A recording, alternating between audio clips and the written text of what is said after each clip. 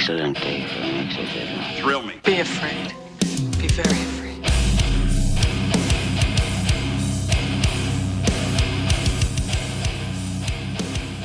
What's up, everyone? Welcome to the Horror Flicks and Guitar Picks podcast. I'm your host, Tim, and today I'm joined, as always, by my weekly co-host, Steven. How's it going, man? What's up, dude? Not Steven. much.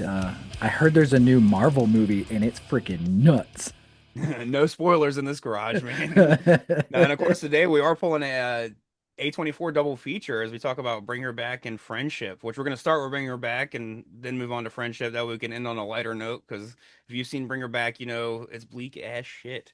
But before we dive into that, man, what else have you been up to? Have you been listening to any new records, or have you seen any other films besides, these two? Because they're pretty recent films. The day we release this, it'll only be Mm. like a week after Bring Her Back, and then like 2 weeks after Friendship went nationwide because it got like a limited release. And then Yeah, yeah, I've been watching a few things. I caught Final Destination, which, uh, we both kind of didn't really love that movie, but we're in the minority, but I mean, I'm yeah. glad it's doing good and that critics do like it, because that's just good for horror in general. But it's just Oh yeah. I expected to like it more as a fan of Yeah, the I mean, I franchise. never get tired of seeing those movies. I mean, it's like Fast and the Furious, like they can make a million of them. I'm like, okay, this is going to be entertaining. But yeah, I think we've talked about it. Like I expected more from it, especially with all the hype that it was getting. Yeah. Um, but one that I watched recently, like within the past week, it was because I knew you guys were doing that roundtable discussion of like the Peter Jackson stuff. And early on, when you were telling me you guys were going to cover certain films, and you mentioned The Frighteners, I was like, you know what? I've never seen that. Yeah. So I've watched The Frighteners, and dude, that movie is so good. Right. That Like, that was my first time watching it for that. I like bought the Blu-ray and everything just to watch it for that chat, and I'm do not regret buying it. That's for sure. yeah, like that to me, that could be I mean, I know it's not like specifically like Halloween set as far as like timelines go and seasons, but like to me that feels like the perfect making of like a cool like Halloween ghost. Just it just has all the atmosphere, in Yeah. that movie. Some of the like early, late 90s like 3D CGI effects in it are kind of like funny, but for the most part I mean it's awesome. I mean even like the 3D like CGI for like the ghosts, like the scene where he like sprays the one ghost with like bug spray in the face and his like center of his face melts, and like I mean it has that like, oh man, this is bad, like digital, effects, but looking at it from like a closer lit, like I was like, oh, this is actually like pretty gnarly and detailed. Like as far as like the gore, it's just it has that like early, CGI look to it. It's not quite as polished and detailed, but yeah, dude, Yeah. that movie is so good. Especially like Um, characters like the judge, like he looks awesome, and you could tell that it's like a practical effects makeup, and then they put like that ghost like effect yeah, to make him like. But no, like I know what you mean. It's like there's practical effects within the digital effects that are awesome. I wish that's one movie I watched the movie just because I needed to get it in time for like the roundtable discussion. But I really want to dive in and watch some of those like behind the scenes like oh yeah. featurettes and stuff, and actually see some of those practical effects without the digital Mhm. overlays and shit. But I'm with you for the time. Of course. Uh, none I don't there's very few films in the late 90s or in the 90s at all that really hold up like CGI wise. Yeah, So for what they did, it holds up, and it's fun. I'm with you. It's one of those films that from now on, when I do the 31 days of Halloween and it says like ghost movie, this might be my go-to, just because everything else I feel like is so yeah. spent, and this is a fun one that fits with like that's the thing, is it doesn't have, like you said, it doesn't take place on Halloween, but it has the fun energy that you like want to enjoy around Halloween time and stuff, like a movie like The Burbs or something like that. Yeah, yeah, it has like all the perfect like hijinks of a haunted film, Yeah. that you want. Yeah, it was great. I'm excited for that to be like a, you know, family kind of film Yeah. watch, every Halloween. So, but yeah. And then other than that, I mean, speaking of family, 'cause my daughter, she's 12 and she likes horror movies and stuff. I showed her, we just recently watched, she had never seen The Craft, so I let Okay. her watch that. I'm trying to remember what we had a choice between watching. Um, it was The Craft and Shaun of the Dead this past weekend because my wife was out of town. So I was like, hey, let's watch something spooky together. And and at first she was like, I want to watch Shaun of the Dead. And I was like, well, there's this one other one that I want to show you. And I was like just showing her the trailers and I showed her that and she was like, that looks cool. Cause she's like, I mean, she's learning how to play guitar right now and like unprovoked, she's in her room trying to play like Nirvana songs and stuff like that. And I'm Oh like, yeah. that's so funny that, she wants to learn these 90s songs that she didn't grow up on or even really listen to all that much. But yeah, so that felt like fitting for her to watch that movie. So it was Yeah. cool. She liked it. I think she thought some of the characters were kind of funny, like, what's her face? I can never pronounce her name correctly. The main goth girl in The Craft. It's Perusa Farusha Bulk. Bulk. Yeah, she's like, she is weird looking. And I was like, I was like, she is different looking. So, but Yeah. Then you got to show her Scooby Doo and the Witch's Ghost and the Hex Girls, man. Get her into mhm. playing those songs. That shit rules. But now I Oh yeah, love the Craft. They're doing the Craft and Lost Boys in October at the Carolina Theater in Durham, and I'm so oh tempted cool. to go for that double feature. So Yeah, that's a good one. That'd be a fun one. now So, I showed Ari Shaun of the Dead one day. We didn't finish it because we were like mm, it was a morning where we were getting ready to go out and do something as a family, and I like threw it on as like me and him were chilling while Lauren was like showering and stuff. And I remember when the girl like falls down onto like the pole that mhm. like like in the very beginning when they first encountered like the first zombie, and that's when they're like Sure. realize something's wrong because she like falls on a pole and Yeah. she gets up with this big ass hole in her, and my son just goes, "What's wrong with her pajamas?" I was like, "God damn it, dude! Like you're too desensitized at 4 years old, man." Yeah, I wanted to show her that one, but I couldn't remember. Honestly, it's been a while since I've seen that movie. I couldn't remember like how much like dude humor Shaun of the Dead is, and if it would just be like, I don't know. Like I think that movie, like I loved that kind of stuff like in middle school and whatever, even if, I didn't understand some of the like more adult jokes and whatnot. But part of me was like, well, I'm just a boy. So like Yeah. of course I think that humor is funny. I don't know if she would as much. Yeah, But I know what you mean. I'm an Edgar Wright stan, but I'm with you. I'm a boy, so who knows? Show her last night at Soho. She might like that. oh yeah, that's one that I saw in theaters and absolutely loved and even was like told my wife, I was like, you're gonna love this movie. It's so good. And yeah, I just have never rewatched it. I don't know why. But yeah, Yeah, that one's a good one. Um, that almost got a shout out on our last episode for Oscar nom because I forgot yeah. choreography was because I was like, what can I nominate it for? I forgot choreography is a nomination. I would have Oh definitely yeah. nominated for that because the way they do the dance scene and Hmm. it intertwines between um damn I can't remember her first name but something McKenzie and Yeah. damn, I'm drawing a blank on both names. Oh, Anya Taylor-Joy and Thomasin Okay. McKenzie. Sure. Uh, when those two are dancing with, Matt Smith, Doctor Who or whatever, and they're like intertwining, that's like Intertwining. all Yeah. practical. They're like hiding behind Oh the yeah. camera and then like jumping back in. Like they're all switching. And it's Dang. just like the way that they pull that off is insane. But oh yeah. Yeah. I need to Anything rewatch it. But anything else you checked out or any music you've been listening to or anything? I'm trying to think anything new music wise. I think of music's mostly just been boring. So I've been I take that back. It's not anything new, but I've been like it's funny, but I've been like rediscovering the Smiths a little Oh bit. yeah. Mostly because I've been trying to learn how to play some like Johnny Marr guitar riffs and stuff like that. And dude, it's so funny when I listen to a lot of that like post-punk stuff and I'm like, "Oh, that's sick. I want to play that." And I gravely underestimate like how talented all of those guitarists were, because you just hear like catchy, hooky, like, you know, arpeggiated, like guitar riffs and stuff like that. And you just think, oh yeah, I just gotta like finger pick this or whatever. Like it's not gonna be that crazy because I listen to tons of metal music like grindcore where it's super crazy fast and just like very technical. But man, that shit's so hard. Yeah. Because they do so many like chord progressions where you really have to like stretch your hand all over the place and like really like be in the right spot at the right time. Otherwise, it just screws it all up. But yeah, yeah, hats off to Johnny Marr. That dude rips. So, but yeah. So music wise, other than that, like I haven't really been listening to anything too new other than just like every time Turnstile, drops a new single for their album, which I'm psyched for to come out. But yeah, what about yourself? Any watches or anything new you've been listening to?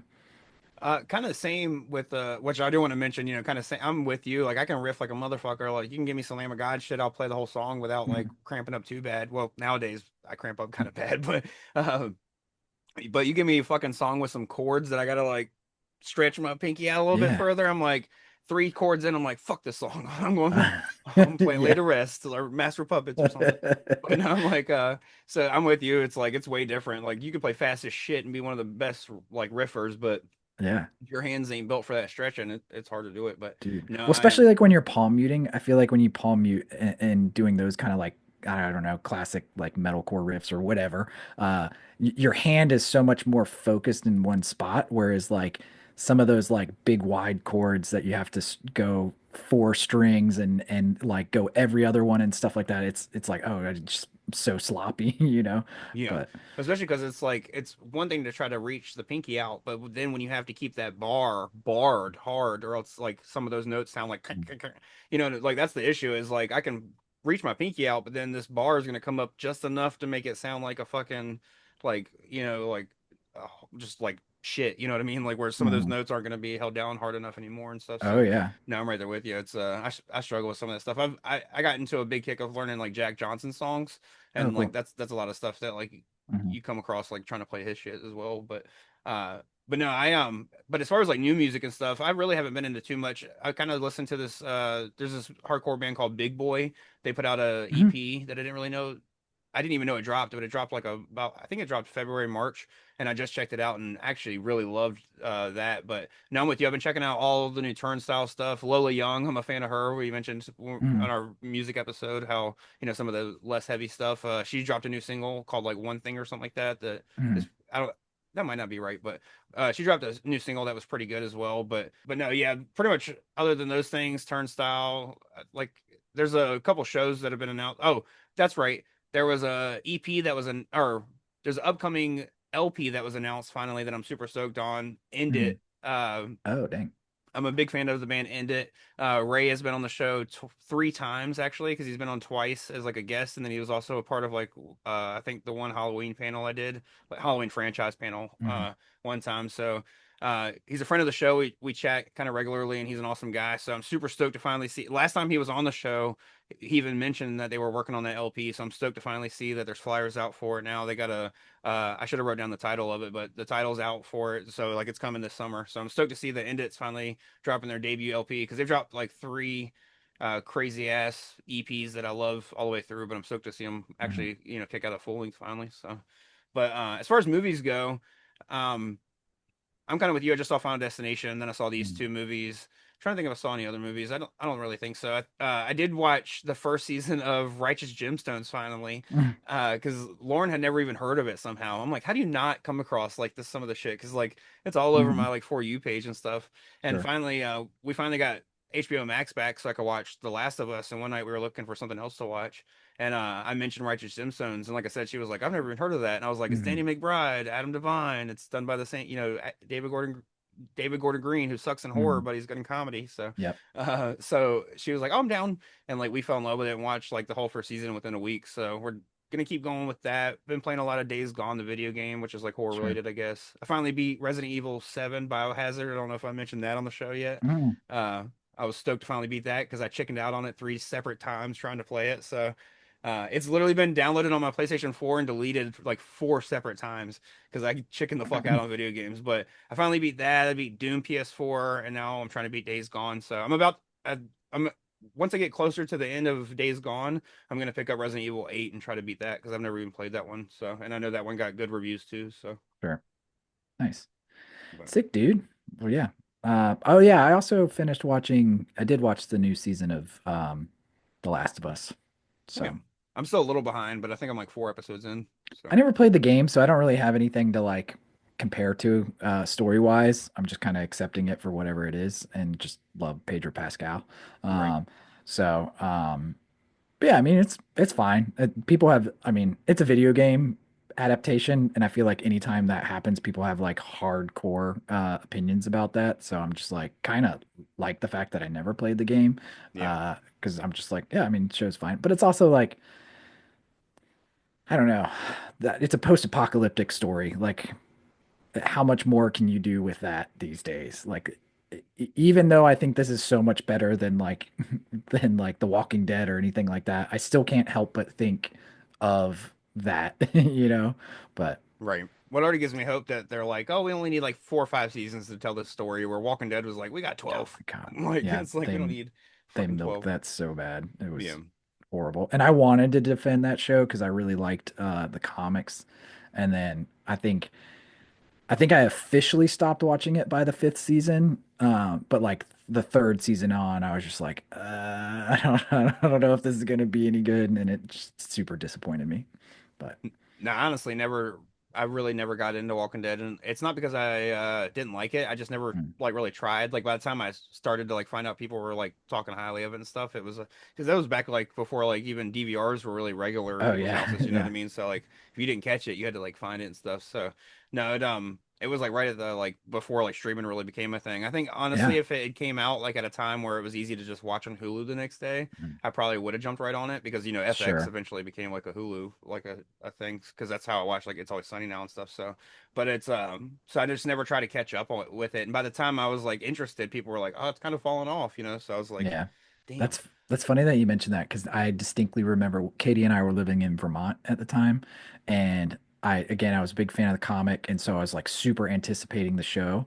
And I remember we didn't have like we had just moved into our apartment, and we didn't have like cable, and like you said, you couldn't like wasn't easy to like stream. You didn't have Hulu where it's like would show up the night it airs, kind of yeah, thing or whatever. Um, and I remember going down to our laundry room, had like this one little TV like just outside of it, and we watched it live and just posted up in like the laundry room lobby, and people are like coming in and out like trying to do their laundry, and they're like, "Oh, you guys are just watching TV," and we're like, "Yep." right." But Well, like I think we especially. had popcorn and everything. We weren't even doing any laundry. We were just hanging out. But Especially back then, because like I don't know if people remember, but when they would show like new shows, especially like that show that had like a big mm, following and like anything on MTV, like Jersey Shore or whatever, they would show sure. them. They would show the show, then they would do an after show, but then they would immediately show it again because they knew that like you might not catch like if you Oh because yeah. like if you came in halfway in, you might finish watching. Like if it's a reality show, of course you might finish watching it and then watch the beginning like when it re-shows, but you Mm. know. They always like try to give you as many chances to watch it on that premiere night or whatever. So no, it's wild the way that like things have changed. Nowadays, it's like this. It premieres 9 o'clock on HBO on live HBO, but also it'll be on Max at the same exact time. So it's like Yeah. it's crazy. But Yeah. no, Definitely. we can dive into this double feature with Bring Her Back and Friendship being an A24 double feature. What are you like? How would you say your fandom of A24 is? Like, are you a big fan of them, or are you kind of like, do you think they're hit or miss, or where do you stand with them? Oh yeah. I mean, I think pretty early on I kind of just accepted that A24 is my style and what I lean towards, whether it's horror or even their, drama or just genre films in general. Yeah. Um, I mean, shit, dude, like even just being a designer and in their title intro and everything, I'm like, yep, I love this. So yeah, I'm a A24 fanboy, I guess you could say. I mean, yeah, I mean, there's plenty that they've released that I haven't seen, like more so in like I guess like their drama films, but I've seen most of them, and there's not a whole lot that I'm just like this is just hot garbage. Yeah. Um, so it it's a badge of approval whenever I see it in a trailer. I'm like, all right, like I'll go watch this. So, but No, I'm right there with you. I'm pretty much the same exact way. Like you could tell me it's an A24 film and you don't have to tell me anything else. I'll watch it if you want yeah, to sit down and watch it. So, but no, it's almost one of those things where I don't even think about it, but subconsciously, every time I'm recommending a film, it ends up being A24. If somebody wants something that they can cry their eyes out to, I'm like, hey, you should check out Close. That movie will make you Mm, fucking sob. If you want to see something just fun and batshit, everything everywhere all at once, check it out. If you want something that's punk, hardcore, Green Room, check it out. If you want something that's just weird, Killing of a Sacred Deer, check it out. If you want something super fun and just wacky as shit again, Tusk. Like there's so many things that touch like in this genre, or if you want something that's one of the best horror movies of this generation, you got the Vivitch, you got fucking Hereditary, you now got Bring Her Back and Talk to Me, Mhm. depending on how you feel about those films. And no, there's just I'm with you. It's A24 doesn't really miss for me. I feel like even the weird shit that like I love Dix the Musical. I don't know if you've seen that yet, but that's just the Mhm. fucking weirdest shit ever. It's pretty much about two like twins that realize that they're twins, but they're like real piece of shit like white dudes. And their dad is like Nathan Lane, and their mom is Megan Mahoney or whatever, the Okay. one that's married to like Nick Offerman and stuff. Mhm. And like the whole movie's like a musical where they pretty much just do like weird shit the whole time and talk shit. Like the whole like their first big like musical number is them talking about like getting blowjobs and stuff like that. So Oh gosh. no, it's a wild ass movie and it's like just wacky and off the wall, but A24 just does so many uh like I'm even excited for like I even love the Iron Claw. I'm excited for Mm. a Smashing Machine. The way that they're starting to like the way that they're starting to do biopics is like fucking wild to me. Yeah. So no, I'm really excited for the future of A24, especially with them hitting on IPs because it seems like they're hitting on IPs that make sense for their brand and Sure. just the way that they still let like these artists just tell their stories without messing with them too much or meddling in the Yeah, I think that's the beauty of that, is they don't seem to like get in the way of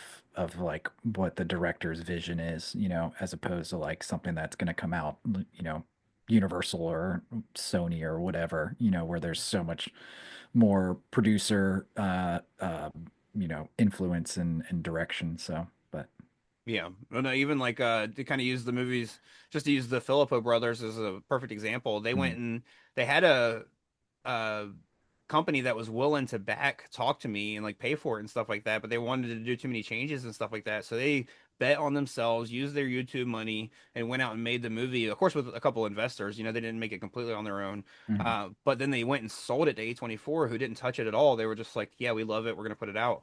And so the fact that they bet on themselves and then A24 like saw their vision and stuff, it just goes to show that they like that's what they do is like they like sometimes they'll like of course with um Ari Aster, he did Hereditary, then he did Midsummer, and now he's done Beau's Afraid. And of course, like mhm. after the success of Hereditary and stuff like that, they went ahead and like helped out with the funding of Midsummer, and of course, Beau's Afraid was mostly theirs and stuff. So like they Sure. definitely give money to people that like have shown that they can trust, like when they bet on them and stuff.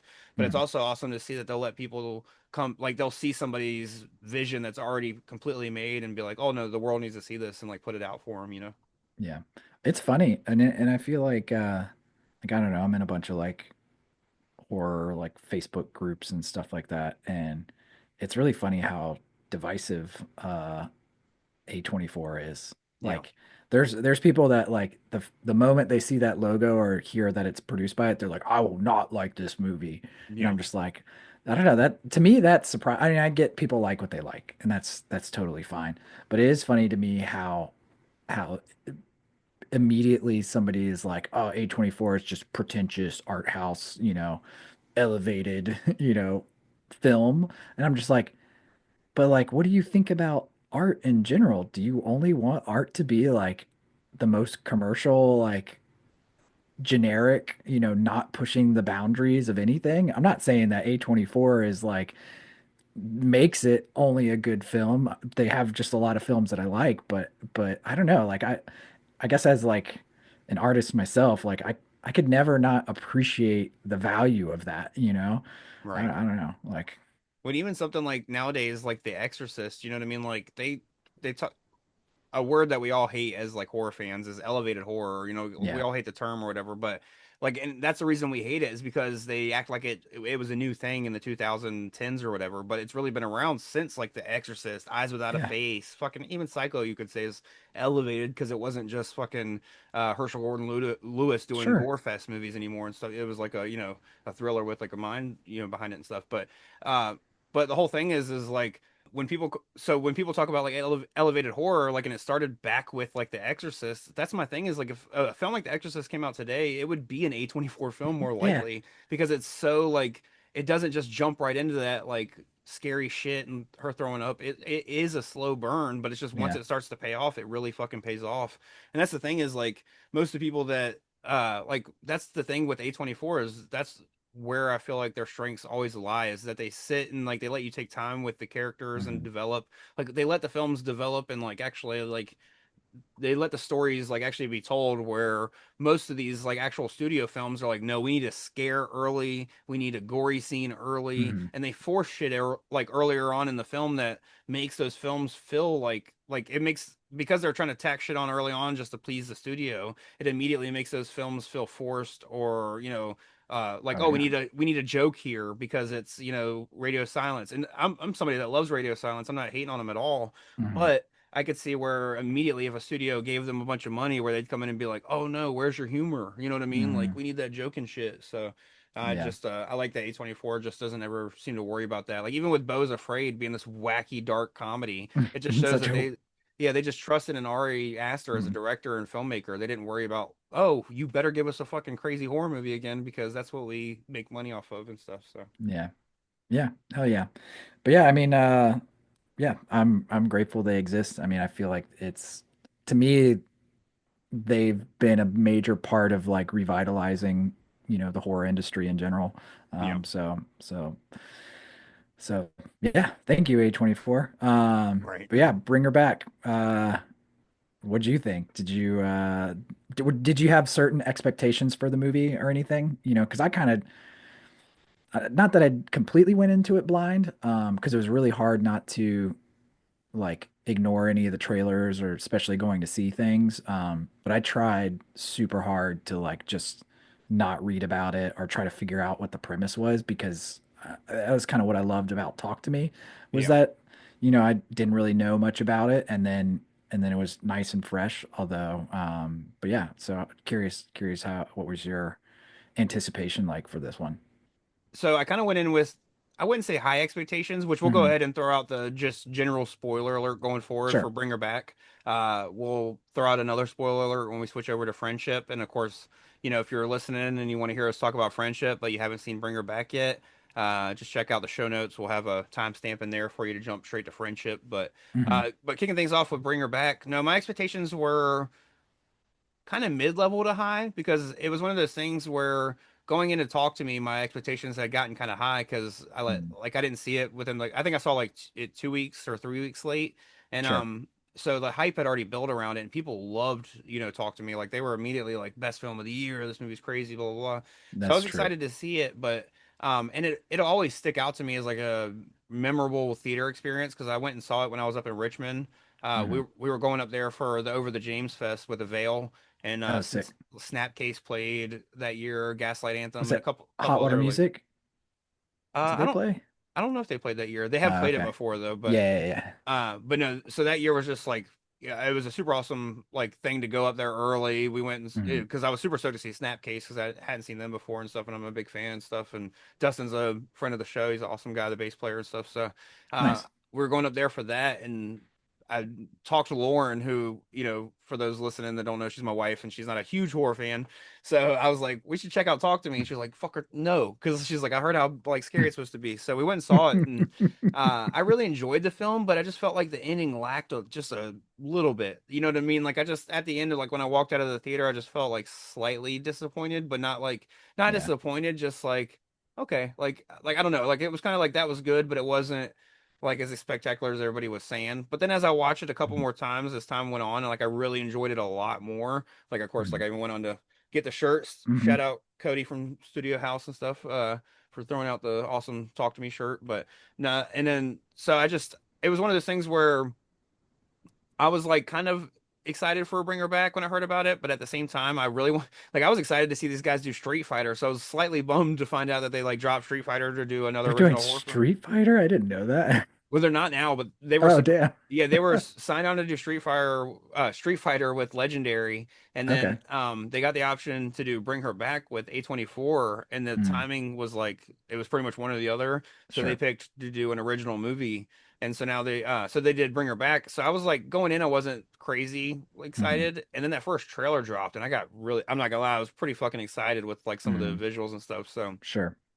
I went in with some kind of high expectations, but I will say that my without going too far into my opinion, I'll say that my expectations were pretty much met. You know what I mean? So from what I was expecting, and um, I think this film is definitely better, and my opinions changed as well as I think about it more. I think I even like it more than Talk to Me, Nice. but without getting too much into that, what about you? What was your expectations, and how'd you come out on the other side with the expectations? Yeah, I think I was kind of in a similar case as you as far as like how I felt about Talk to Me. Like I really liked it. But my biggest gripe was like, and I don't think you're supposed to like you're supposed to just like allow the demon dimension or whatever it is like kind of be ambiguous and open, and maybe we learn more about like the rules of all of that in when they do Talk to Me too.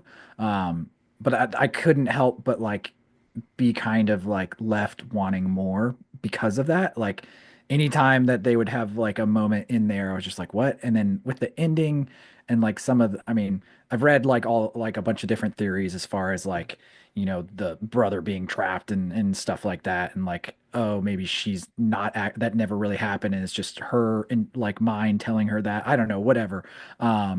But I don't know. There's just elements of that I was just like, to me, that was the most interesting part of the movie, but it was also like more subtle. Um, yeah, I mean, clearly after seeing Bring Her Back, they certainly love to drum up, personal trauma and Yeah. dread, for these characters, and really just making you feel super happy inside. But yeah, talk to me like I I don't know, I didn't care so much for whatever reason about like the main characters like problems and stuff like that, you know. Um I don't know. I don't know what it was. But Bring Her Back, I was sucked into, all of the issues so much more. And so I was engaged a lot more.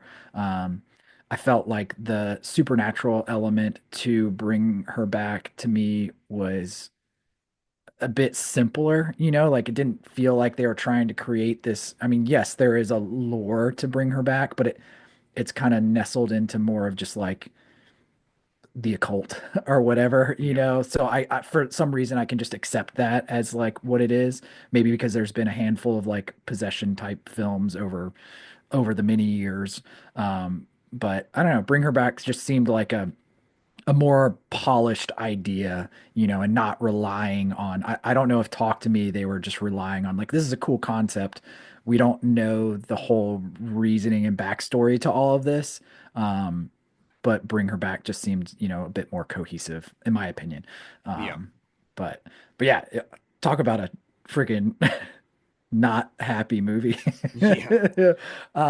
But it was good. I mean, shoot, man, like, also, and we'll get to the scene probably, but like I know everybody talks about and talk to me the like face smashing scene as being like I couldn't watch it, but I think Bring Her Back amps that up times 1,000 in this. I don't know about you, but No, that's kind of one of the things I was like thinking about, like when you were saying like kind of what worked for you for Talk to Me and what didn't and stuff, is I feel like this film, all the strengths of Talk to Me carried over onto this film, like yes. the fact that they're willing to go there with characters, especially young characters, which are, it's awesome to see because it gives, young people room to actually act in films instead of just Hmm. be, cannon fodder, as well as like just like pushes the boundaries. But then they also, something that kind of was a negative for you and Talk to Me, but was more of a positive for me, is that ambiguity with these like occult things is they do it and Bring Her Back too, where she almost like learns these techniques just while watching a film, you know what I mean? So you Hmm. kind of learn as she learns. And so you don't really have the full like big picture of everything, but I like that because like listening to the Philippou brothers talk, like on last podcast, and they also did Hmm. a episode with Adam Green and Joe Lynch on the movie crypt as well. So I've listened to like a few of their things, and they straight up say that like they know all the rules, but that's the point of the Hmm. movie, is that they're not putting it all in there. Like Sure. they think of all that shit first and then write a script.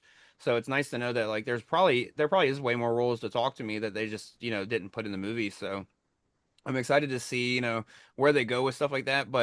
Um, but that is one thing that got better with this film is like the character development, for instance, like you mentioned, like I personally did like the characters and Talk to Me, but Hmm. the main character, you like her, but she does nothing but make dumb decisions. She flirts with Yeah, home dude, knowing damn well that he's with her friend now. So it's like you either got to leave that alone or know that you're gonna fuck up your friendship. So that's already like a thing before even the supernatural shit comes in. Then on top of that, you go as far as like to push her brother to do it, and then look what fucking happens. sure. Also, you're the only one that won't let go of the hand, and like I know it's because of your mom, but still like you gotta like follow the rules. So it's like she causes a lot of the shit for herself. Where in Bring Her Back, it's almost like just a tragedy that falls on these two kids, and it's like so it's easier to like you want to root for her and talk to me, but it's kind of hard when she keeps making dumb decisions. But these kids in Bring Her Back, especially when one of them has like a vision impairment, it makes it real hard for you can't like some of the decisions she makes that's like quote unquote dumb aren't dumb. It's literally because she's like, she can't see, so she runs into something. You know what I mean? Like it's not dumb. It's just like Sure. it's real. If she's in a panic, it would happen. So no, it's like Bring Her Back definitely strengthens the characters as well as like tightens up the story and the ending. Like that was one Yeah. of my biggest problems with Talk to Me is that the ending wasn't bad. It was just like too much of like, oh, well, did she throw herself from in front of the car? Did his sister push her, to try to save her brother? Was it complete accident? Like I don't mind the Hmm. ambiguity, but it was the way it was kind of like it felt like the movie had 15 minutes left, and then all of a sudden it had 2 minutes left. Like it just felt Yeah. very like, oh, we're done with the movie. Let's like wrap it up. But Bring Her Back felt like it came to a full conclusion and like a really good one in my opinion. So Yeah, no, I couldn't agree more. And yeah, I think you nailed it. I think that's 100% why I had issues with the main character in Talk to Me. I have a really hard time. I'm happy for people to make dumb decisions in movies, but yeah, I was just like, all right, I have like no sympathy for the things that are happening because clearly you're making dumb choices, yeah, Whereas like in this film and Bring Her Back, Andy's character, like he had this kind of like noble like okay, like responsibility of watching out for, his sister and everything and so there's like decisions that he would do you got to see it from like the forefront of like, okay, well, he's being selfless and he's going to take the blame over this to protect her, or whatever. So I don't know. There's something I just connected with that character a bit more. Um, it's funny thing about the movie. I don't know if I was just like spacing when it was first starting and we get introduced to the character. Uh, I didn't realize that his sister was blind, or I didn't hear that right off the case. And I was just like, what the hell is happening to her eye? And uh, why is it going in circles? And then I was like, oh, okay, okay. yeah. She must be a She's Pennywise fan then. she's got googly eye syndrome. What's going on? This is But yeah, everything everywhere all at once. yeah. No, I Oh, I kept thinking of the kids like family animated movie Sing. oh There's yeah. like the chameleon like secretary lady and her eyes just constantly going in and all I could think of was her. But yeah. No, I when I saw it, it was part of the AMC Scream Unseen, so it popped Mhm. up with the Philippou brothers talking first, Oh, and so sure. they were like, "Oh, you're about to watch our new movie." So like, of course, that was cool because like going into the movie, we knew like 90% sure it was probably going to be Bring Her Back, but I was a little bit Sure. worried it might be like Dangerous Animals that just came out with Jai Courtney or whatever, which looks Yeah. good, but it's like a shark movie, kind of like more of a Yeah. thriller thing. So I was like, and I want to see Bring Her Back a lot. So, so when they popped up, I was immediately like, fuck yes, let's go. So I was stoked on that. But then they were like, they were like, I think her name's Sora is her first name. I don't remember her last name. I'll look at Mhm. look at it in a second. But they were pretty Sure. much they mentioned that that there's a visually impaired character played by a Mhm. truly visually impaired actress, and Yeah, which is awesome. I, you know, yeah, Sora Wong is her name. So Piper, who plays Piper. So Piper, yeah. no, she kills it. And then I want to shout out John Wren Phillips, dude, the dude that plays Mhm. the little kid that plays Oliver. Holy shit! Oh, We can dude. go to that scene you were talking about if you want to. With Oh my gosh, man. Like talk about I don't know if I've seen a movie in a long time where a kid like just naturally has like such a haunted presence, you know? um as he does. Like his glare is just absolutely insane. Yeah. Um and yeah, I don't know.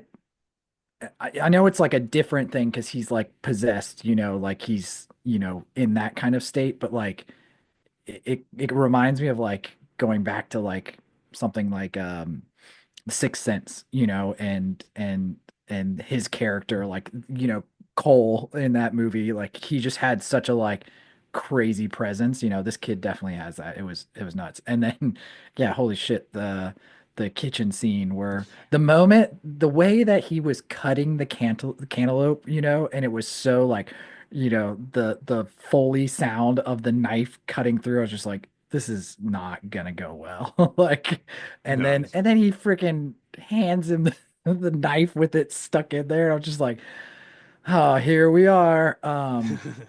I was in when I was in that movie, there was two couples sitting behind me. Um, and and I don't think they knew what they were going to see, and they were also kind of talking loud. I like to the point where I was like, I don't know if I can handle this. They ended up leaving after that scene. Oh shit. Uh, and like the girlfriends were like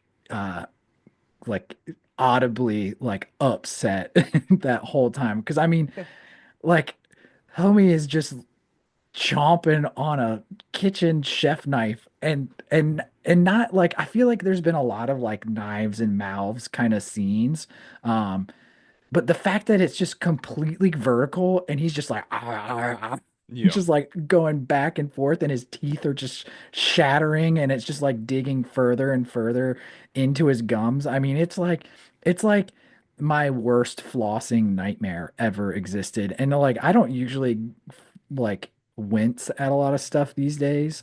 Um, but I was squirming, dude. I was sitting in the chair and I was just like, like, make it stop. Dude, as But somebody that's personally broken a tooth in the last year. Trust me, I fucking felt that scene, dude. I was like, uh, ah. Every time I eat a fucking Dorito and it goes sideways in my broken tooth, I'm like, this shit sucks. So I can only that whole knife thing, like the way his teeth are like breaking off and oh my God, dude, dude, that was probably and it's one of those things that because they went there and talked to me. That's what made this film so strong from the start for me. Like yeah, I went into this film knowing that they will go there and that sure. they have kids in this film that are probably gonna have to go there. So like Mhm. once certain shit started happening, I was already sitting there just like, don't no. Like as soon as the knife came out, I was like, you left him Yeah, alone with them. Like as soon as she left him alone with gosh. them, I was like, this is gonna be an issue. So now I'm with you. It's like once that knife broke out and they started cutting the cantaloupe, I was like, this is gonna go Well, sideways. and the movie does such a good job of like setting that expectation for that character too. Just in when you first meet him and he's holding the freaking cat and it's like, and you're like, is he about to rip it into pieces? Immediately you're like, I don't trust this kid. Yeah. He's horrifying. Um, yeah, that was rough. And then when he's like trying to get it back, it's like the knife is like stuck in his mouth too. And I'm just like, so it's like that slow pull out, and I'm just like, oh Yeah, that yeah. shit was Ugh. Yeah, I was telling my wife, and I was telling Penelope about it. I was just like, you guys would hate this. I know. I was telling Lauren about it. She's like, that's why I don't see those movies. She's like, you don't have to tell me. I was like, no, I do though. Like, I was like, I have to tell you. Yeah. No, that and the fucking scene where he's just starting to eat anything he can find, and he's like Oh my chomping gosh. on Yeah. Oh, the the wood, yeah, the and then his countertop. arm, yeah, fucking when he bites Dude, his arm and like rips the skin away or whatever. I was like, like that's like anytime you have like a little hangnail or something, and yeah. it like drags a little too much. It's like, fuck, dude, that whole Yeah, dude, it was crazy. Yeah, there was a lot. There was so much like intensely visceral violence in this film that yeah, I mean there were so many moments like when she reaches the foster mom Laura, when she like reaches into her arm and to like yank out like her artery or whatever it is to like try to kill herself or whatever. You know oh what I'm yeah. talking about? I'm like, what? Like that was insane. When That she really punches the girl in the fucking head, and she's Oh like, yeah. like, Like, goodness gracious, that lady, she can hit. yeah. Put her in, those videos of people doing those punching bag Oh like yeah. arcade game things. Like, I want to see her do that. That was she would get 100. But yeah, dude, that movie, you felt every ounce of physical violence in that film.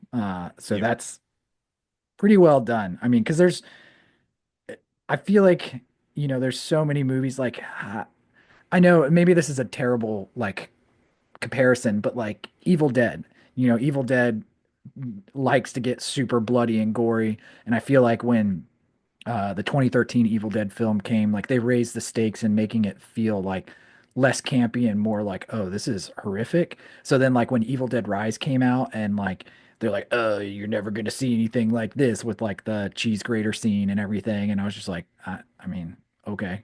Like it didn't not like and I think they were trying to be more serious with the violence, but none of that really hit the way that like this hits.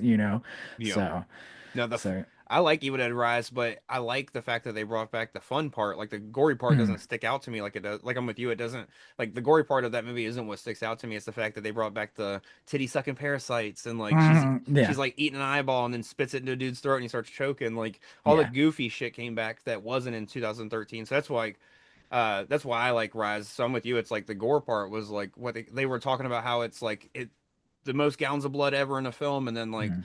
I'm with you. It's like the gore part was lacking. All they did was recreate The Shining pretty much with the elevators. Sure. You And know? even like Ari Aster has done an incredible job of like creating some violent scenes, but like his movies are like those moments are so spread apart in his films that like you get like, oh, okay. It's almost like it catches you off guard. Yeah. Whereas this was just like, I mean, once the movie starts going, like it kind of really doesn't stop, like so, Now I've but heard a lot of people compare this to Hereditary, and mm, honestly, as somebody who has Hereditary as their third favorite horror movie, we talked about that on the first episode that we did as a co-host. yeah. Like I love Hereditary. It's my favorite. It's one of my favorite films. It is my favorite film of the past 20 years. It's I named my son Ari because of that film pretty much. Mhm. But this film is very close. I think the only thing that really puts Hereditary above it is that shock moment in the first 20 Yeah. minutes. If you take out Charlie's death in Hereditary, sorry to spoil that for anybody that hasn't heard that, but or seen that, but it's a little bit old at this point. But uh like if it wasn't for that shock death, these two films would be a little bit closer to equal for me. You know what I mean? So like I Mhm. really enjoyed this film. I don't think it's gonna jump up there as like a favorite of all time just because I've already gotten so many things that are like quality in this Sure. like realm. Like because of Hereditary, like I've already gotten so many quality occult films recently to where back when Hereditary came out, there wasn't like all those like abundance. Like maybe House of the Devil was like the only one at the time that really stuck out to me. But as far as like when it comes down to films of this year, it'll probably be top five for sure. Like I could definitely see it being like one Oh of yeah. my five favorites. But no, I want to shout out just all four of the main actors and actresses. Mhm. Billy Barrett, who played Andy, was awesome. Sally Hawkins, of course, is Laura. Uh, Oliver, Jonah Wren Phillips. I'm not sure if I said Jonah or John before because John Wren is my Oh, monthly co-host. oh, So it's yeah. like That's kind of funny. yeah, coincidental. And then of course Sora Wong who played Piper. But Mhm. the only other thing I want to mention about this film before like rating it and moving on, of course, anything else you want to mention, of course, we'll talk about as well. But Mhm. at the end of the film, I haven't heard anybody mention this, but to me, throughout the entire thing, Laura keeps saying that her daughter drowned in the pool. When they Oh, finally show a flashback at the end, she has I'm actually blood. excited to talk about this. Yeah. Yeah, she has blood coming from her head. Mhm. So I'm like, was she abusive? Was there something else that happened? I'm like, what was that? You know what I mean? Because I feel like that wasn't just for nothing. You know what I mean? Because Yeah. so, what was your thoughts on that when you saw that? Was it kind of the same thing? Did you think maybe she like hit her and knocked her out Yeah, into the I mean, pool like or? the moment that I saw that scene where you do see the blood, I instantly was like, oh, okay, like now I'm more suspicious on like what's the truth of, her daughter's story kind of thing. Um, so I haven't really like come to a conclusive like this is what I think happened. But I think there's more like malice to the whole whole story in general, because there is like that scene where because they the way they do that flashback, it's very like um chaotic and like it's hard to tell like what sequence of events happened first, because they show her swimming in it, and then there's like the moment where she's like standing further back and she's like shouting. She kind of seems a little, the mom seems hysterical, over Yep. something. And it almost is like the point of view of the daughter, I'm assuming, like stepping back. So I'm wondering if like somehow they got in an argument and Sally's or yeah, Laura's tempers like got lost because clearly she's unhinged. Yeah. Um and maybe struck her, and then she fell in the pool and then drowned. But she can't live with the idea that she harmed her daughter, and so she's gonna make up, the scenario that she drowned, but she's harboring all of this guilt, and that's why she feels like, she has to bring her back. Yeah. So, but No. No, that part really like as soon as that happened at the end, I was like, hold on. I don't know why it just really like stuck out. So I was like, I mm, feel like they did that intentionally, and I feel like the ending is very beautiful. That's another thing we didn't mention about early on in the film, but like when he kind of wanders outside of the ring of salt or whatever it is, the way he like loses, the demon inside of him mm, almost, or like his possession. yeah, The character of Elliot, I can't remember what his. Oh, I think his real name is Elliot, but the character she calls him Oliver, if I'm not mistaken. Like the missing yes. kid, I think is Elliot, but. Uh, It's Elliot? I thought, was it not something? Oh, okay, maybe you're right. I'm trying to remember what the like missing child poster was. Yeah, honestly, I might be wrong on that. I know Oliver is the one that she calls him like Ollie the whole time or whatever, but uh Well, in my head, it's like Johnny or something like that. I don't know why. It doesn't matter. yeah. I'm But probably wrong. Um, no, I but can't. I don't know why Elliot popped in my head either. So, but no, it's one of those things where, like you don't really see early on in the film about how like, or you do get to see early on in the film like how that kind of like breaks the curse for him. So like at the end of the mhm, film where he actually escapes and like the fact that he actually kind of might go on to have a somewhat normal. I mean, he's not gonna have a normal life after that no. shit, but no, But the only other thing I want to comment about him is that makeup on him is perfect. It's not too much. It's just enough to Mhm. fucking make you uncomfortable every time you see him, and every interaction with that kid is great. But Yeah, I mean, he just has those like super deeply sunken eyes that just like like yeah, 1,000 yard stare kind of thing. Um, yeah, that whole ending was pretty brilliant. I loved the like occult aspect of it. And I liked that it was like it felt I don't know, I feel like when they do like the occult, it's usually like in a lot of films it's like more sleek, like do you know what I'm talking about? Like yeah, even like I guess like Long Legs, like there's almost this like coolness to like, oh yeah, like I'm gonna like light candles, I'm gonna do this, like there's something about it that I feel like the way that you know movies have portrayed like how you summon demons or or do deal with black magic and stuff is like always done in that light. But like the fact that it was like felt like snuff films, like this like found footage films, and it was like dirty and gross, and I was just like, yeah, to me that's like how that shit would go down. It wouldn't be like this cool like ritual. yeah. It's not like the movie The Craft where it's a bunch of, hot topic goth girls are like light as a Right, feather, stiff as a board. right. And she has like no I true invoke guidebook, thee. Yeah, right? yeah, yeah. They no, the way that like in the craft like they just go to a bookstore and grab a book on spells. It's like no, and like in this movie she has to like when the part that we just Yeah. mentioned where he like breaks out and almost like loses the possession, she has to like go in there, watch the film, figure it out, like almost like a fucking NFL quarterback trying to figure out the tape from Sunday night where he's Mhm, like, what did I go wrong? And just she starts like doing the circle on his forehead and like brings him back to being, mhm, the possessed thing. So and that's another thing I like is just like the whole lore of like you need a vessel to bring back the possession that you want to possess, and mhm.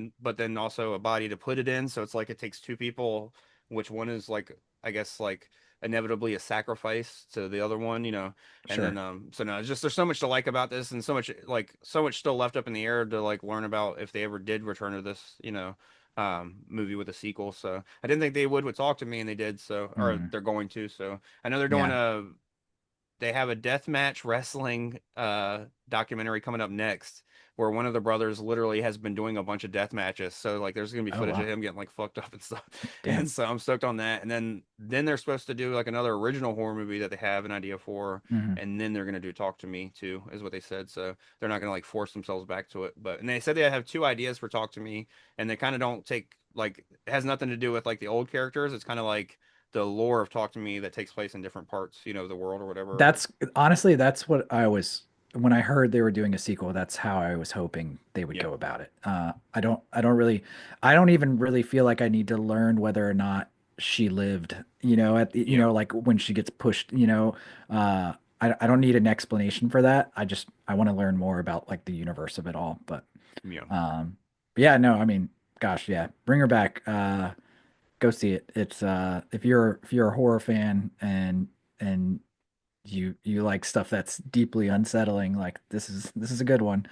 yeah, Um, and shoot, yeah. One thing that I thought was interesting, and I don't know if there's any kind of like from a like actual like psychological theory and stuff like that. The foster mom, and this ties back to the whether or not like she actually hurt her daughter. It reminded me of, have you ever heard of like Munchausen yeah. syndrome? Munchausen by proxy. Yeah, Yeah, it kind of made me think of that, like which to me that's like one of the most fascinating like when I hear any kind of true crime stories about that kind of stuff. Like I don't know, that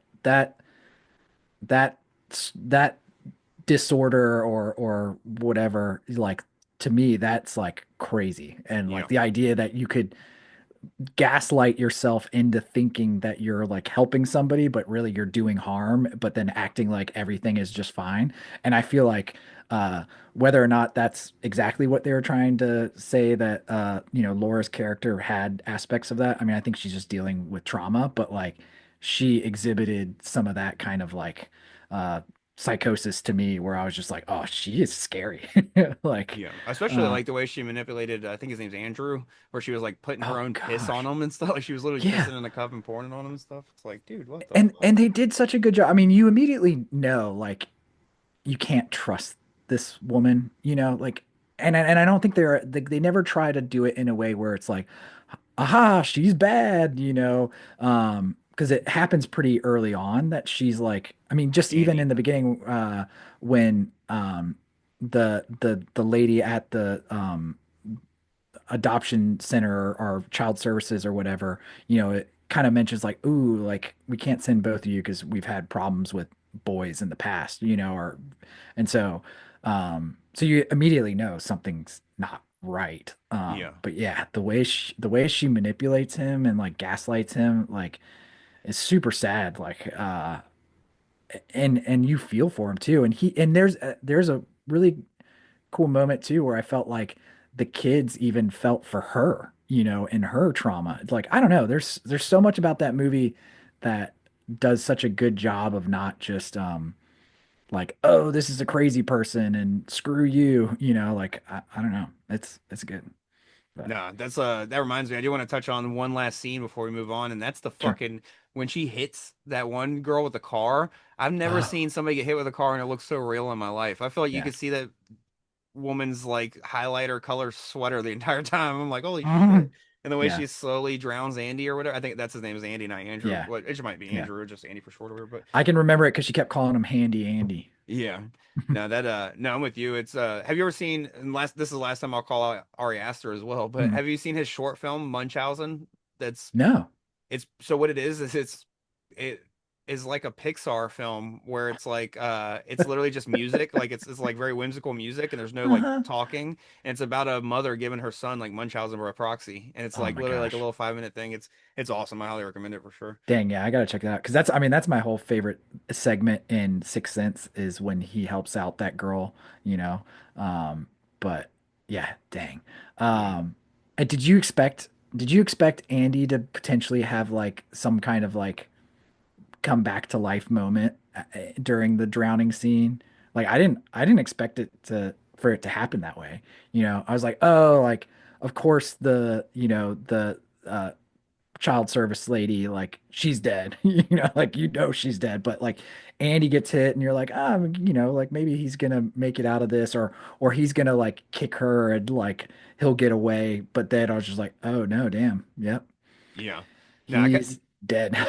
that's kind of how I felt. Yeah, it was like I had the hope for him until she finishes him off right there. Like once she holds his head down, I'm like, they showed her finish him, like they did this for a reason. You know what I mean? Like they were like Mortal Kombat Yeah. fatality on his ass. So And and then I thought it was like great how she like it wasn't like she finished him and then she had like a like yeah, I did this, like, let me just like, all right, on to the next. Like she starts sobbing. yeah, Like she didn't want it to happen that way, but she had no choice. And so yeah, dude, the movie's so powerful. Like all of the acting, like they just crushed it.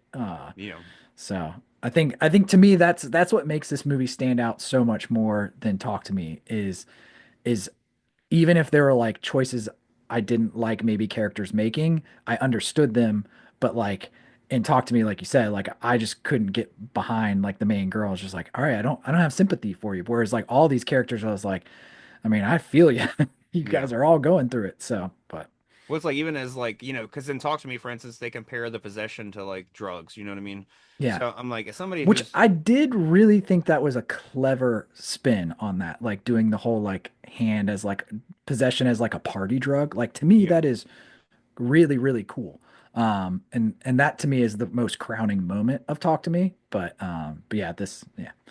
But that's kind of what like makes it not like makes certain scenes not work for me is Mm, like the fact that well, I'm like very specific when I mean that because like we're talking about all the stuff that she does wrong and stuff, and everything else can be chalked up to her being lonely and dealing with this sure. trauma. The one thing that I'm like, you cannot convince me was not a poor fucking decision as somebody who has smoked weed since I was like 13 years old Mm, is I would never ask somebody who's younger than me or peer pressure them into smoking or doing any kind of drug or anything like that. So the fact that she is like not only like not backing the sister up when she's like, no, you don't need to do this hand, but then she mm, also like lets him do it when she leaves the room. That's where I like lose my like for the character is when she's like, "Oh, you can do it," and then fucks up this kid's whole life because it's mhm. like that's exactly like what happens with drugs. You know what I mean? Like you give them a Yeah. taste of the drug, and then next thing you know, they're an addict or whatever. So but it's one of those things that like as a any kind of human being with like a kindness, you couldn't like let a kid do that shit. Like you know what I mean? Like knowing what it already has Mhm, done to you and stuff. So no, that's where it's like with this film, they're trapped. You know what I mean? They have no parents, they have nowhere to go. She's blind, so she can't even do, she's already mhm, limited in what she can do. And then he, on top of the other hand, isn't even 18 yet, so he's limited on what he can do. So it's mhm, like they're very stuck. And like you said, they even tried to split him up at the beginning by using the past where he hit her. mhm. We didn't really talk about it too much, but just to kind of gloss Yeah. over it, she uses the fact that he hit her in the past with his jealousy to kind of like already try to keep him out of the house and then uses it later to manipulate him again. It's just, no, there's so many things with this film that any poor decision isn't anybody's fault. Mhm, You know what I mean? Like, all the poor decisions that are made in this film are Laura, Sally Hawkins' character, and it's because she's fucking crazy. So it's mhm, like, of course she's gonna make poor decisions. So no, I, this film took all the positives of Talk to Me and then fixed, I feel like mhm. everything that was slightly even Talk to Me now. Like if I was to rate Talk to Me, I'd still give it like a 7 out of 10. I don't think it's a bad film, but this Oh yeah, film yeah. just like this film jumped up. Like if we were to throw a rating out there, which I'll just throw a rating on mine, is 8.5 out of 10 for me. I think the only reason I wouldn't give it more is because I wanted slightly more scares, like maybe one more, like something a little Sure. earlier. And then also, it just reminds me too much of the film Anything for Jackson with the reverse exorcism. I don't know if you ever Oh, saw Anything for Jackson, but it's pretty much about this old couple. It's a Shutter film, and uh-huh. they kidnap a I woman did see that. that's Yeah. pregnant, and they're trying to like bring their grandson back into her pregnant belly. And Yeah. so it just made. It's not that I think that this film ripped it off at all, but you know what I mean. It's just like as soon as I saw this film, like the premise of this film, I thought about Anything for Jackson because I Did really that like ha that film. did that have oh gosh, what's her name from like she was in Insidious, Lynn, uh No, it's not Lin Shaye, but it does have like it's got an okay. older couple that the lady does I look was like trying her. to remember. Yeah, I forget that. Yeah, that was a surprisingly good one too. I remember that.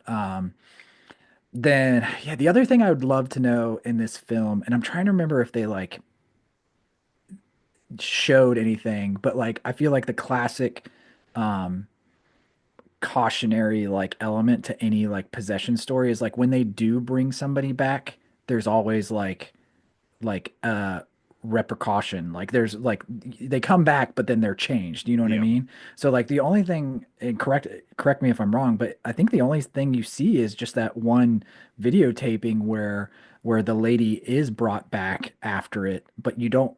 Is there ever anything stated as far as like it not lasting or like it went bad afterwards in this? Do we No, ever that learn? Yeah, okay. I didn't yeah, they think kind so. of.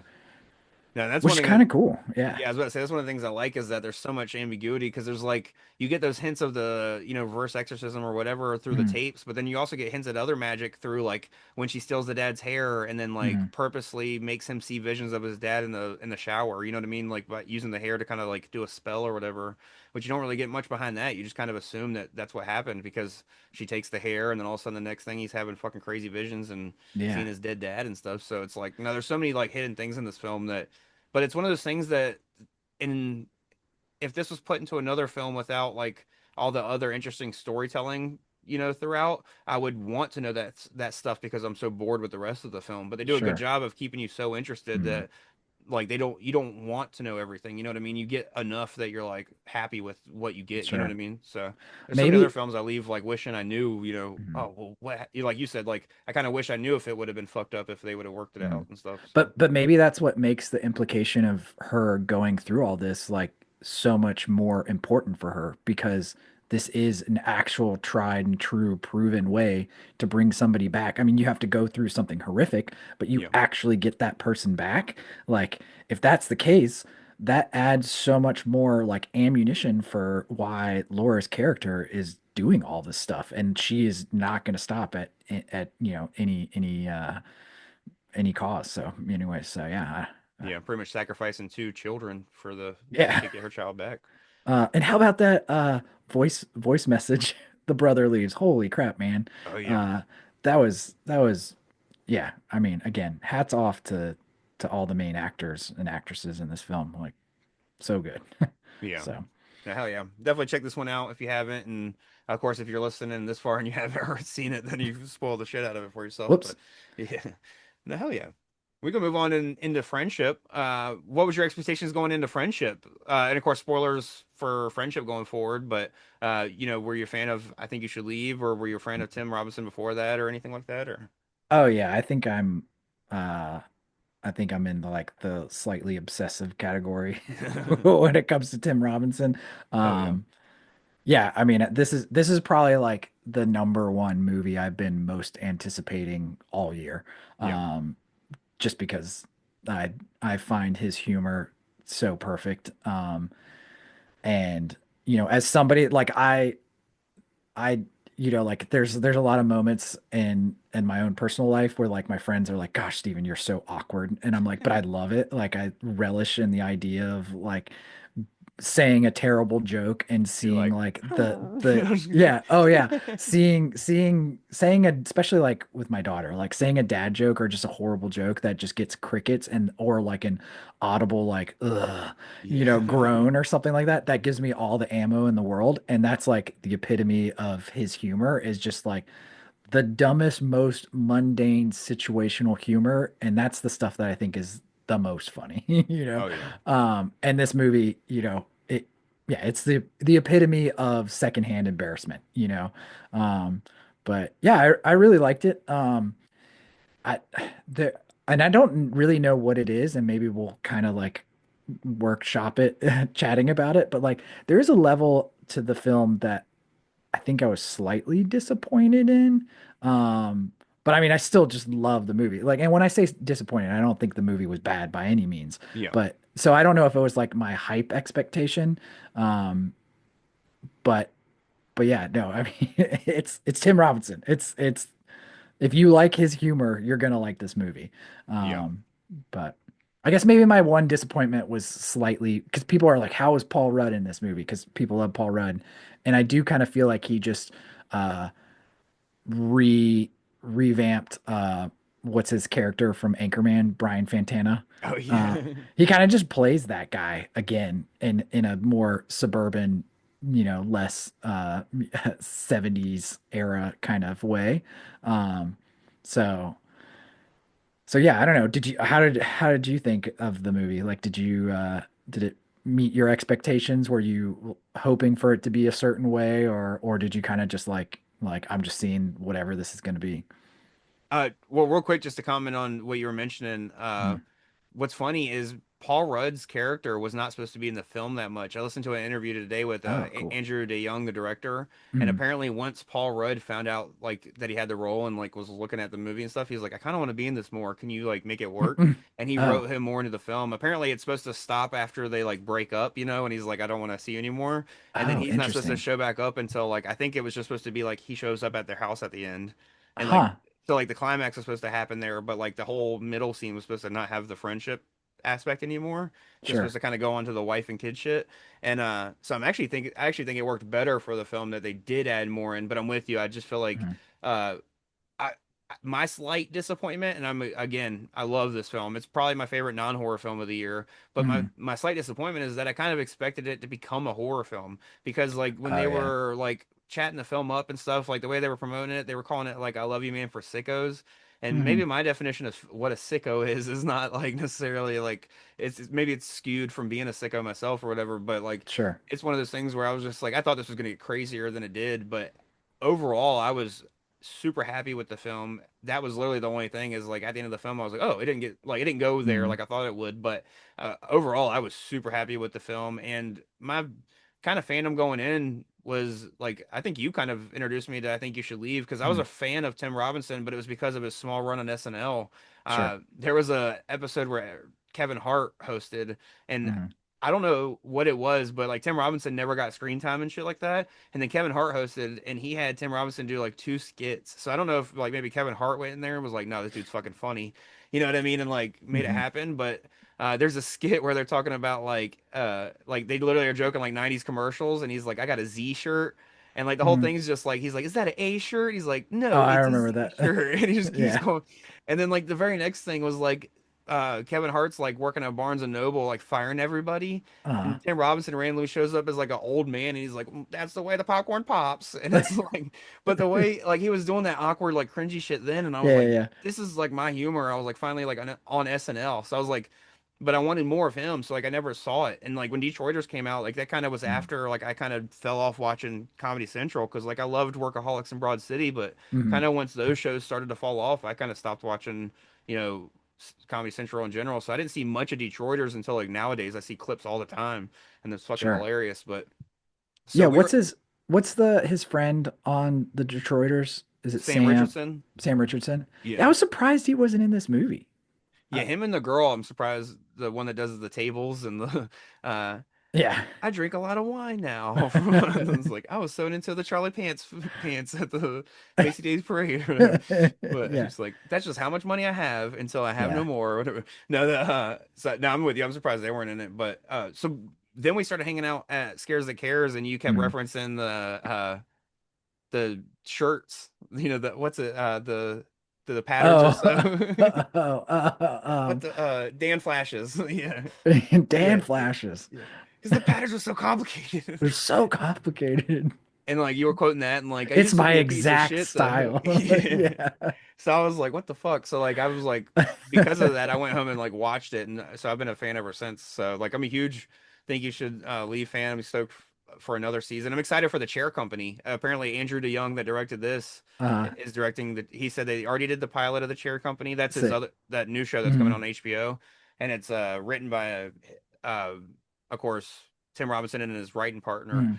And Sweet. but Andrew DeYoung is directing it. He said they already did Oh, the okay, sick. pilot and they're going back to do 7 more episodes. And one thing I'm excited about is he said it's pretty much I think you should leave sketch if it became a thriller.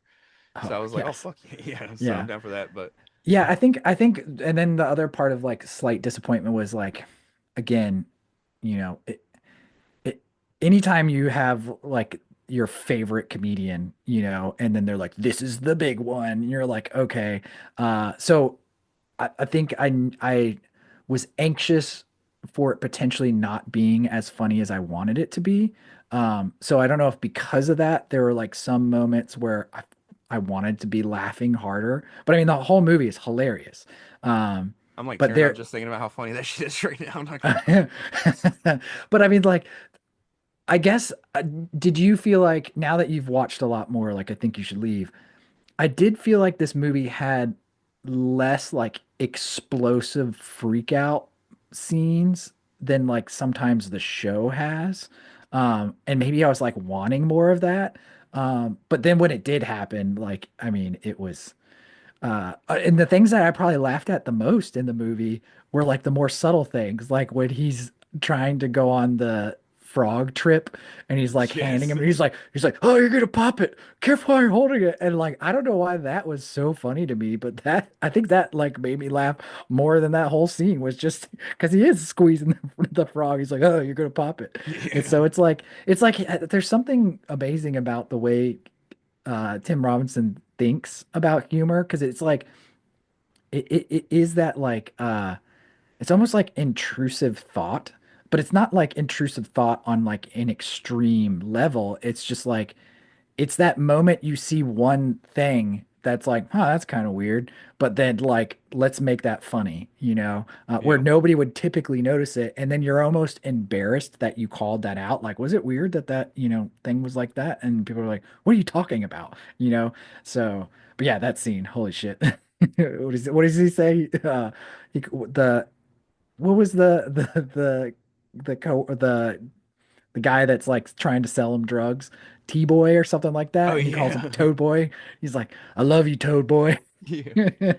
He's like, "Did you see God?" He's like, "No, I ordered." Like, Subway. yeah, that shit. That was my favorite scene of the whole fucking movie, dude. That fucking no, that Uh, no, but I'm.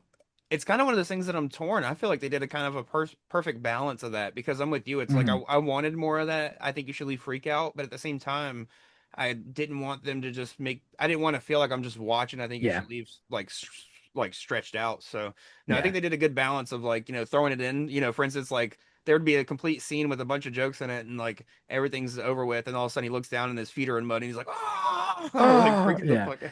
He's like, yeah. "I just bought these." I think that's I agree with you there. I think for me it was like a case of like it's like when you're anticipating like the best your favorite food or whatever, you're like, I'm gonna have this epic meal, and then like you kind of can't help but like because you're so excited about it, like you can't help but like almost wish like it either goes by too fast or like you know what I'm talking about, like or like Yeah. think of an event that you're super excited by and then all of a sudden it's over and you're like, did I love that? You know what I mean? You almost start like because you were so anxious about it. So I think maybe that hurt me a little, but by all means, like it sounds like I didn't like the movie, but I absolutely love this movie. Yeah, we're It's just just starting with the things that like we're yeah, we're starting with the negatives, but really after we talk sure. about these very few negatives, there's not much else negative to talk about. Mhm. What the hell? The other thing, I don't know if we talked about this, but I had the thought, and it might be completely wrong. The house that he lives in, the whole time they kept showing up, I kept thinking it looked exactly like the house in Psycho Gorman. Uh, and I know like studios maybe share. I doubt that is the case, but there's Yeah. something about that house that just reminded. And maybe it's just because it's like a split level house, and that was a split level house in that movie.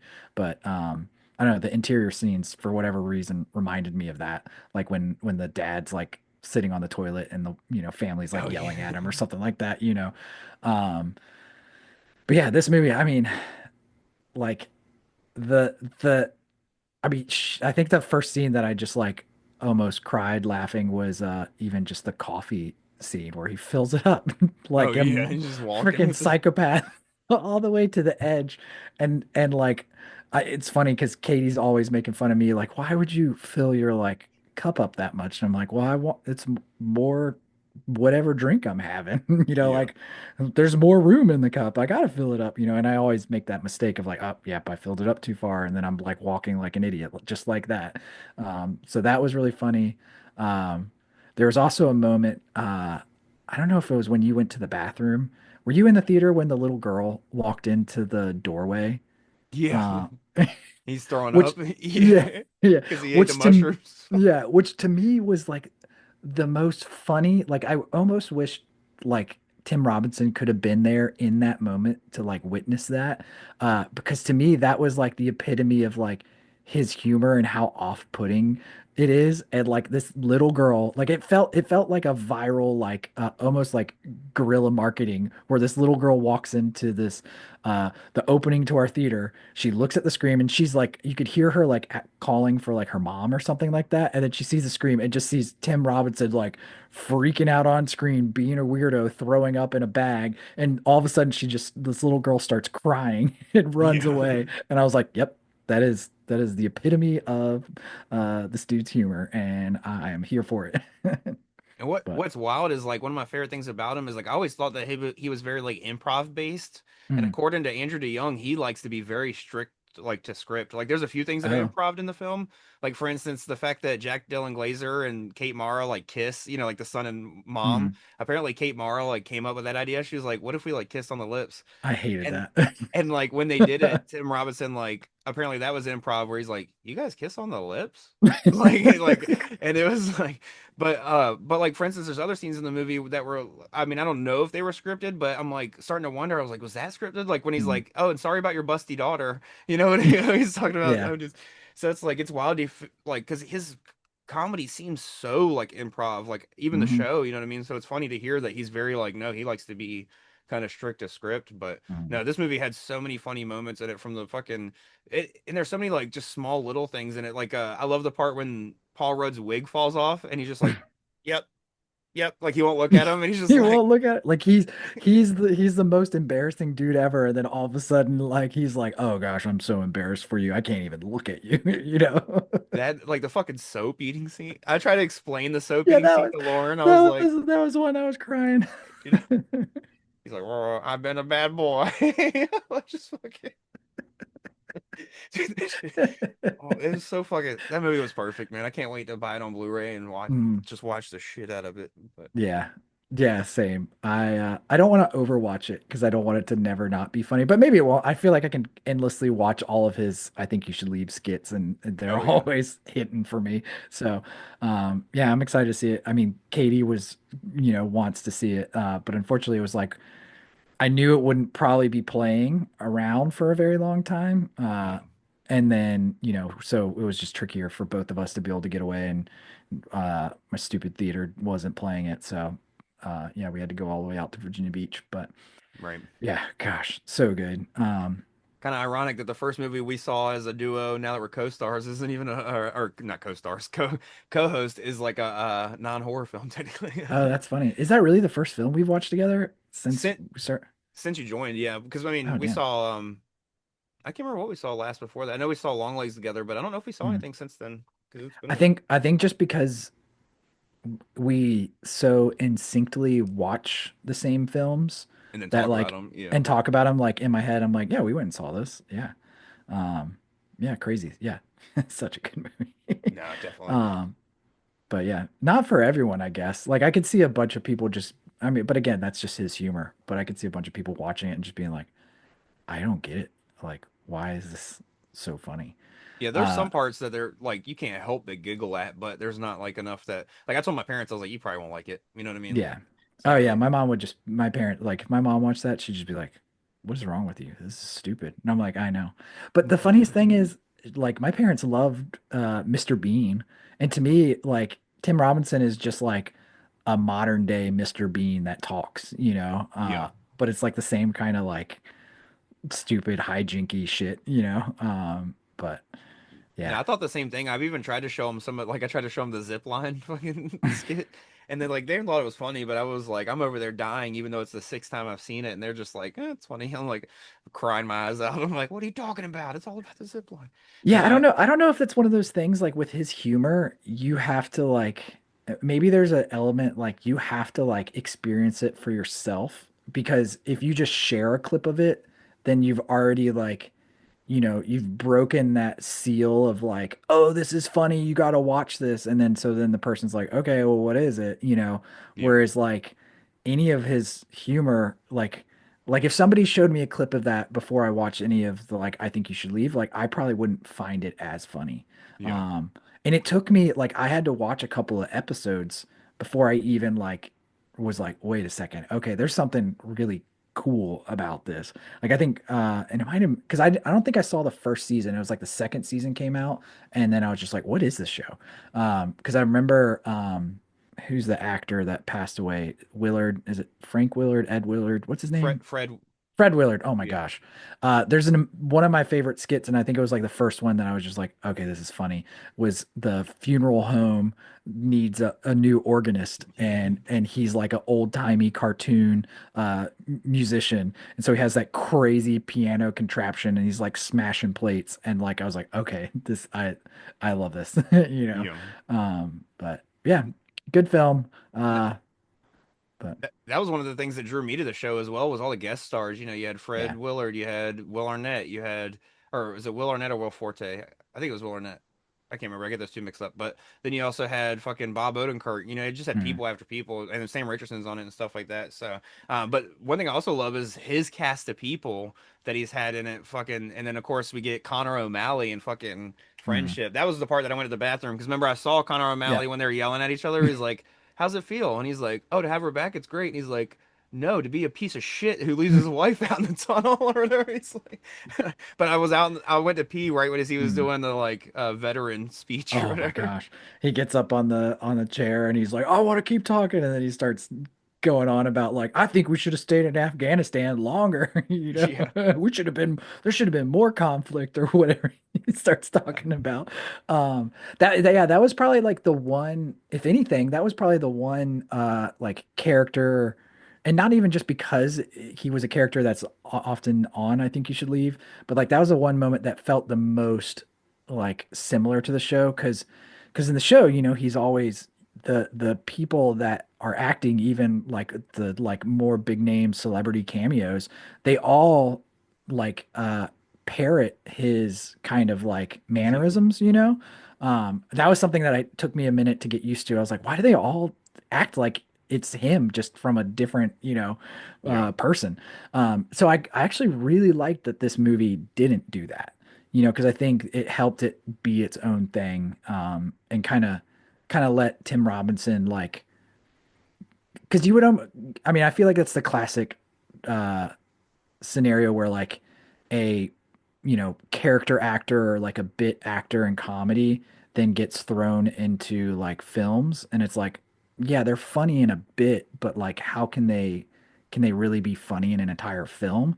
And yeah, so that was part of what I was nervous about. And I mean, I'll watch any movie with Tim Robinson in it. Like I think he's a pretty damn good actor. I mean, you feel bad for him in this movie. Like, yeah. did you like? I felt bad for him.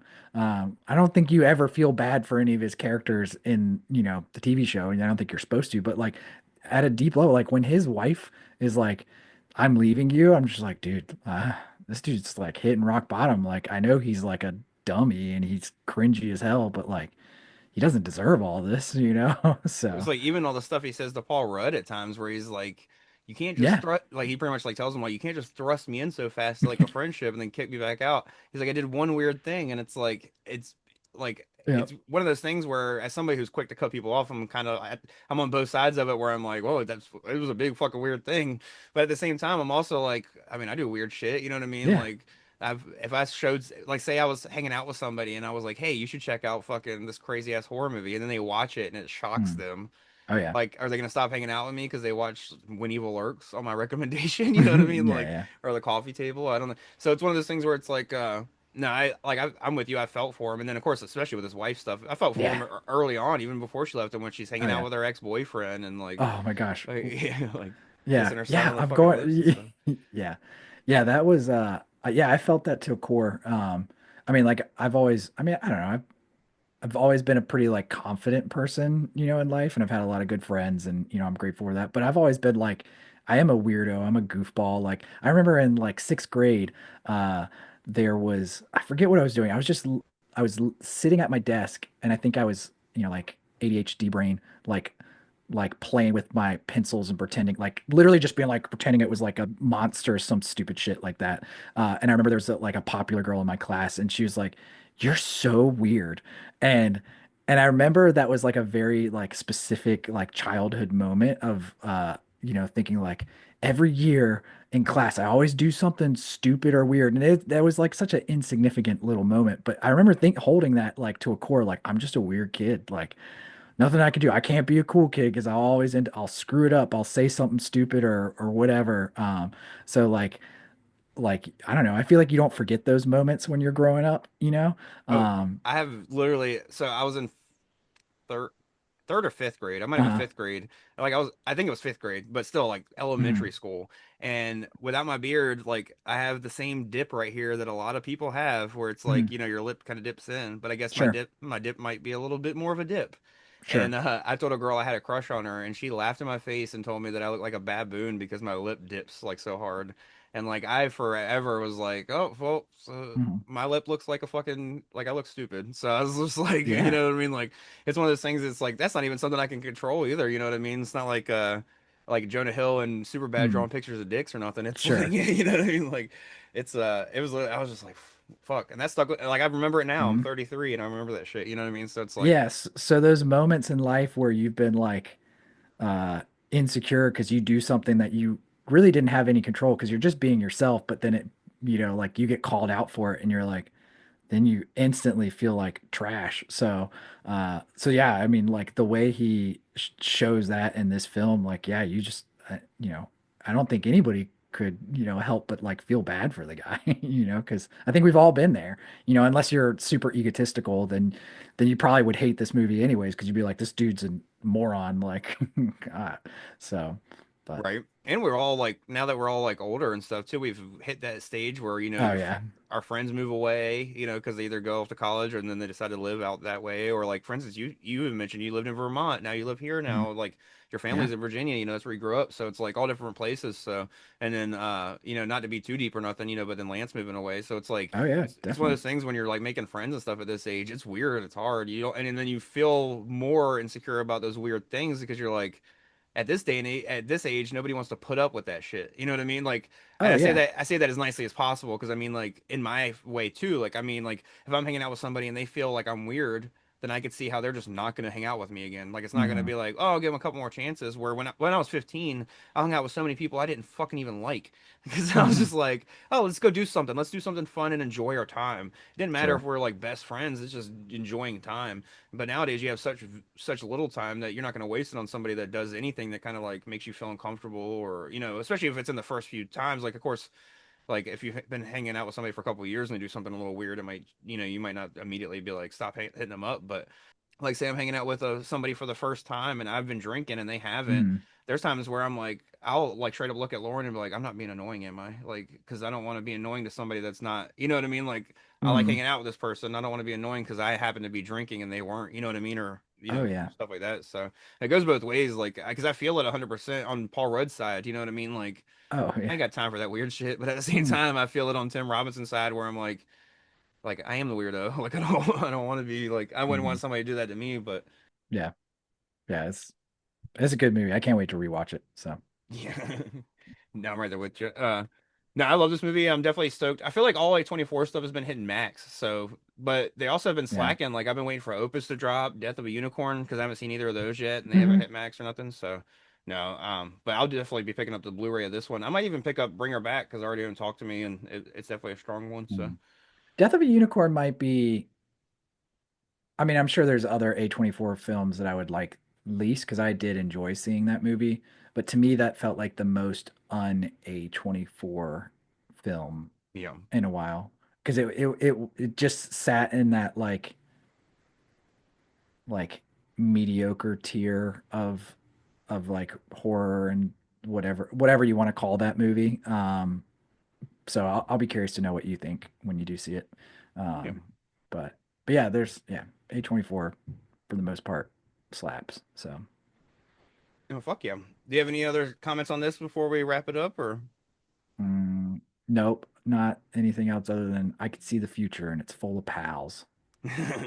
Definitely go see this. And I gotta say that my boo has been on repeat in this house, dude. Fucking like Lauren's like so sick of that song already. So like I fucking fucking I was for some reason every time the song plays when it goes to that part it's like if your game is on give me a call boo. All I can picture is fucking Paul Rudd singing that shit the way it's like and it does remind me of Brian Fantana because it's like it reminds me of his face when he's doing the Afternoon Delight singing Yep. that shit. So no, it's perfect. But hell yeah. So next week we got Kane from Vomit Forth on the show. That chat was recorded about a month or two ago, but we chat about some Mm. fun things, including we defend Book of Shadows, Blair Witch 2, so definitely listen out for that. Mm. And then after that, it'll be your topic. So whatever you pick for the month of June. I gotta So think. I gotta try not to pick something that's too broad.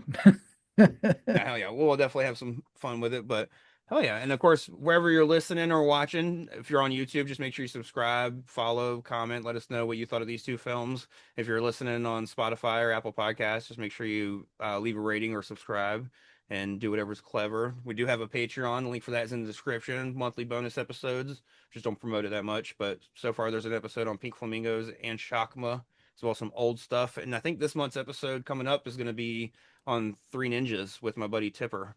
Nice. He used to play in the band Fever Strike, so I don't think they really do anything anymore. But he Mm. lives out in the Carolina Theater. He lives out in the Durham area where the Oh, Carolina cool. Theater is. So every time I go out there, I hang out with him for that and stuff. So Nice.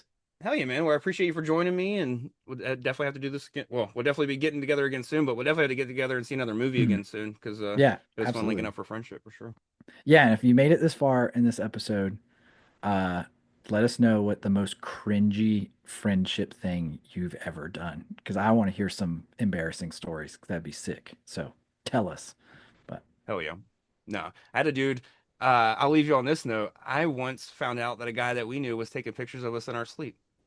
That's how. oh, Yeah. yeah, yeah, that's a great one. Now I want to end this episode with like how we do horror stories when you ask guests like, do you have a horror story? Oh yeah, the Like, what's a cringes. cringy friendship horror story? I'm trying to think if I now that I want to think of one, I don't know if I can think of that, but gosh, yeah, that's awful. Yeah, I'll have to share What? more of that story in the future for sure. But Oh, that makes me so uncomfortable. I don't. I feel like I'm just usually the one that's always doing stupid, cringy stuff. So, yeah, like I'm terrible at um, handshakes and high fives and fist bumps. I never know which one I'm supposed to do. Uh, and I mean, it's like how Tim Robinson says in like the show, like you gotta have. I need rules, like I yeah, need rules for that kind of shit. Because I'm forever like, and uh, like I freeze up in those situations. So I'm more likely like if somebody goes to high five me, but I wasn't ready for it, and like, or I tried to like awkwardly like fist bump and then they switch, I just like run away, and then I just yeah. make the situation so much worse. But yeah, there's gotta be some funny, cringy friend story that I'm blocked out of my mind. But yeah, if you got them, tell us. Oh yeah. um, but Nah, sweet dude. oh yeah. Well, I appreciate you for joining me once again, and of course, just remember the main rule that if you're sharing nachos, you can't eat all the ones with the stuff on them. You have to share. No, I could sit here and talk about that. That's another episode. We'll have to just do I think you should leave, maybe a Patreon episode or something. But I love it. I hell yeah, love it. man. Well, enjoy the rest of your day and thank you again for joining me. Yep. Later, buddy. See you guys.